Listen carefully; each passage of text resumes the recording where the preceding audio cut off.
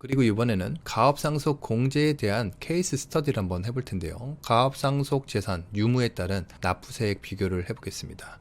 30년 이상 경영한 기업으로 가업상속 재산만 800억이며 상속인은 1명이고 가업상속 공제와 일괄 공제만 있는 경우를 가정해서 비교를 해보도록 하겠습니다.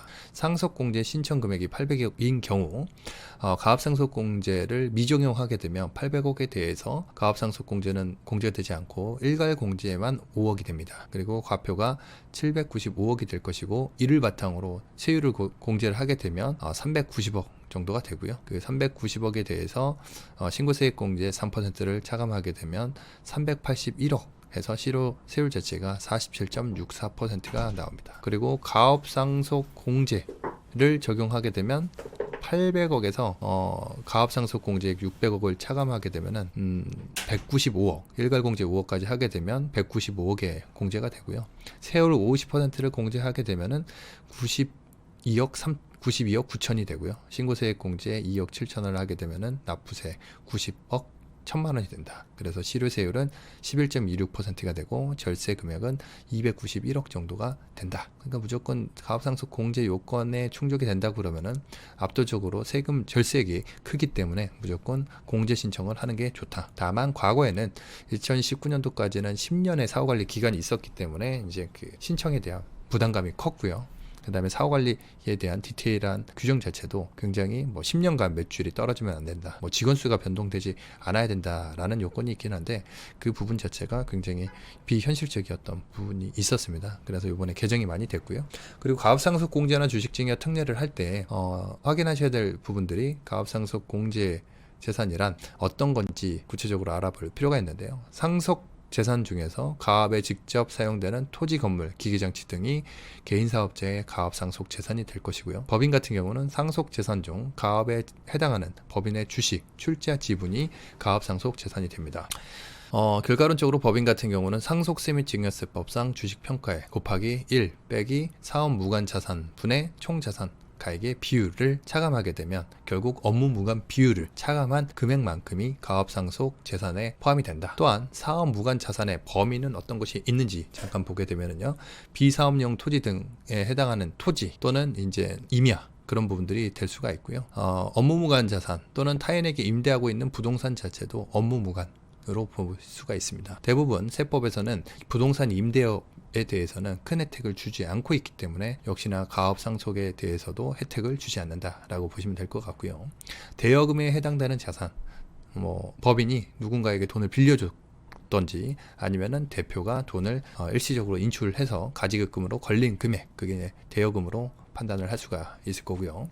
과다보유 현금이라는 것은 직전 5개년도 말 현재 평균 5개년도에 대한 현금 평균액을 내고 그 금액을 150%를 초과하는 금액은 상속 개시 당시에 150% 초과되는 것은 업무 무관 자산으로 빠진다라고 보시면 될 것 같습니다. 그리고 다섯 번째가 좀 분쟁의 여지가 있는 부분인데요. 영업 무관 주식, 채권, 금융상품이라고 되어 있습니다. 법령에는 이렇게만 되어 있지 구체적으로 어떤 그 회사의 업무 관련성, 유관성에 대한 정확한 판단 근거가 없기 때문에 우리 회사가 지분법 투자 주식, 매도 가능 증권 주식으로 해외의 지사라든지 해외의 법인을 소유하고 있는 경우에 그 법인 자체가 당연히 어떻게 보면 사업 유관 주식, 사업 무관 자산으로 판단을 하겠지만은 법상으로는 그게 조금 보수적으로 해석을 하게 되면 해외 자회사라 하더라도 업무 무관 자산인지에 대해 갖고 지금까지는 명확한 법규상 규정을 두고 있지 않기 때문에 예규 또는 조세 심판을 통해서 인정받고 있는 상황이라고 보시면 되겠습니다. 하지만 이러한 그 방향성은 계속해서 사업 유관성으로 보는 가능성이 높아지고 있기 때문에 그 부분에 대한 희망을 가질 필요는 있다라고 보시면 되겠습니다. 10년 이상 계속하여 보유하고 있는 주식이란 어떤 주식일까요?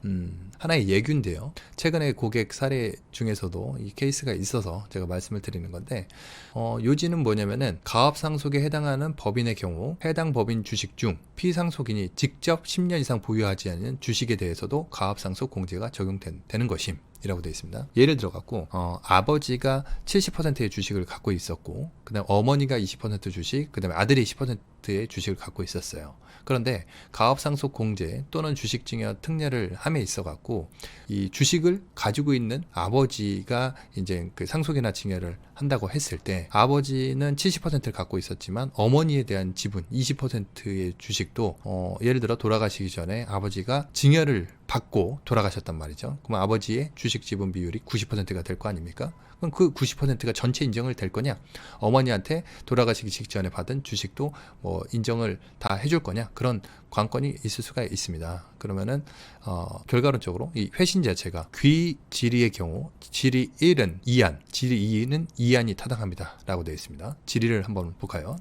가업상속에 해당하는 법인의 경우 해당 법인 주식 중 피상속인이 직접 10년 이상 보유한 주식에 대해서만 가업상속 공제가 적용되는지 여부, 이건 2안이라고 했으니까 해당 법인 주식 중 피상속인이 10년 이상 보유하지 않은 주식에 대해서도 적용함.